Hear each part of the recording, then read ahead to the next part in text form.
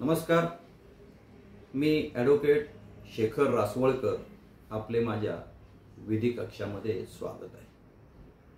मित्रांनो, विधी कक्षाचा माझा मूळ हेतू अवेअरनेस ऑफ लीगल सिस्टीम किंवा लेमॅन टू लॉमॅन आहे।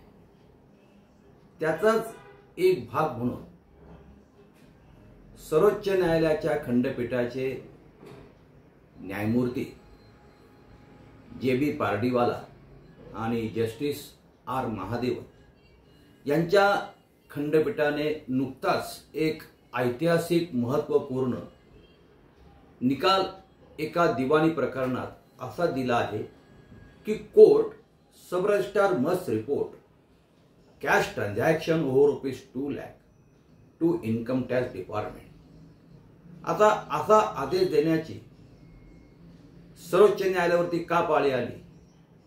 कारण सर्वोच्च न्यायालयाचं म्हणणं असं होतं की समाजामध्ये जो काळा पैसा असतो त्याच्यावरती नियंत्रण ठेवण्यासाठी आणि तसंच हा जो आयकर कायदा आहे याच्या ज्या काही तरतुदी आहेत त्याचं तंतोतंत पालन करण्यासाठी सर्वोच्च न्यायालयाला हे निर्देश देणे भाग पडले। आणि ही जी केस होती ही केस एका व्यक्तीने एका शैक्षणिक संस्थेबरोबरती 9 कोटीचा व्यवहार केला होता आणि त्याचं असं कथन होतं की या 9 कोटीपैकी मी 75 लाख रुपये रोख स्वरूपात दिले आणि मग त्याने he has filed a suit for specific performers and also injunction. आणि ज्यावेळेस हा दावा ट्रायल कोर्टात दाखल झाला तेव्हा प्रतिवादीने असा बचाव घेतला की the suit itself is not maintainable आणि साहजिकच त्याने civil procedure code order 7 rule 11A आणि D that is bar by law and bar by limitation खाली अर्ज केला। परंतु सदरचा अर्ज ट्रायल कोर्टाने आणि हायकोर्टाने तो फेटाळला आणि जेव्हा हे सर्वोच्च न्यायालयापुढे जेव्हा हे प्रकरण अंतिम सुनावणीसाठी आलं तेव्हा सर्वोच्च न्यायालयाने असं बघितलं की वादीचं असं म्हणणं आहे की त्यांनी 75 लाख रुपये हे रोख स्वरूपात दिले।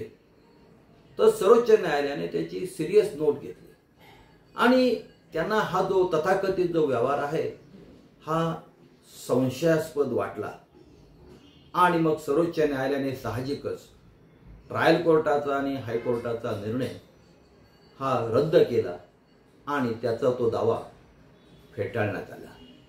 आणि त्या अनुषंगाने त्यांनी असे निर्देश दिले की जर 2 लाखाचा जो व्यवहार असेल आणि तो जो रोख स्वरूपात असेल तर तुम्हाला ते आयकर विभागाला लेखी स्वरूपात कळवावं लागेल।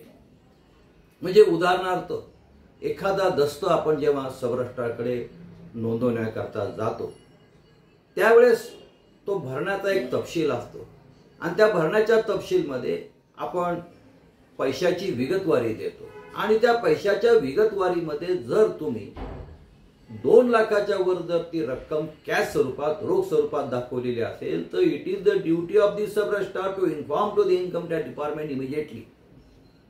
आणि जर इन्कम टॅक्स डिपार्टमेंटच्या स्क्रुटिनीमध्ये असेसमेंटमध्ये जर आढळलं की सब रजिस्ट्रारने ही गोष्ट इन्कम टॅक्स डिपार्टमेंटला कळवली नाही तर त्याच्यावरती त्याने कारवाईचे संकेत दिलेले आहेत। आणि दुसरा भाग म्हणजे आपण जेव्हा दिवाणी कोर्टामध्ये एखादा दावा दाखल करतो सूट फॉर स्पेसिफिक परफॉर्मर्स तो करारनामा नोंदणीकृत असतो किंवा अनोंदणीकृत असतो आणि त्याच्यामध्ये दाखवलेली जी रक्कम असते ती जर 2 लाखाच्या वर जर रोख स्वरूपात असेल तर त्यांनी संबंधित न्यायाधीशावर पण जबाबदारी टाकलेली आहे की त्या न्यायाधीशाने ताबडतोब त्याचं रिपोर्टिंग हे इन्कम टॅक्स डिपार्टमेंटला कळवणं भाग आहे। त्या दाव्याचा निकाल गुणवत्तेवरती काय लागतो हा भाग आलाही परंतु magistrate has to report to the income tax department. याचा मूळ हेतू काय? याचा मूळ हेतू असा की तुम्ही जे काय व्यवहार कराल तो व्यवहार हा जेन्युइन, हा प्रामाणिक असला पाहिजे, हा त्या पाठीमागचा हेतू आहे. मित्रांनो, आता यापुढे आपल्याला अशी खबरदारी घ्यावी लागेल किंवा पक्षकारांना पण खबरदारी घ्यावी लागेल की ज्यावेळेस आपल्याकडे एखादा व्यक्ती, क्लायंट